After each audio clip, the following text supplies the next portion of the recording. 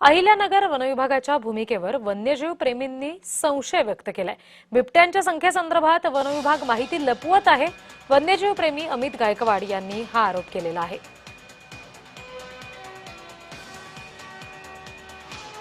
लेपर्डचा video म्हणजे social मीडियावर viral होत आहे।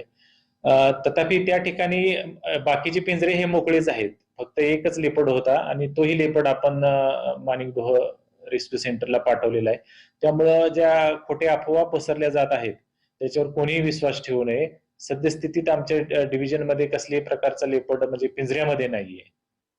आमच्या तपासणीमध्ये म्हणजे आमच्याकडे प्रूफ आहेत त्याचे, आमच्याकडे जिओ टॅगिंग सहित प्रूफ आहेत की 8 बिबटे होते आणि ते म्हणतात की 6 बिबटे होते।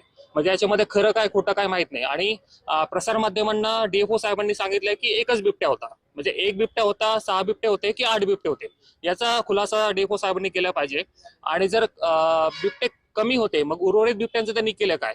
आणि प्रत्यक्ष भेटीमध्ये मला त्यांनी हे सांगितलं की जे पण बिबटे आहेत ते सगळे माणिकडोहला पाठवलेत म्हणून। आज काल पाठवले आणि आज पोहोचले असं सांगितलं, परंतु त्याचे कोणतेही प्रूफ आम्हाला दिले नाहीयेत।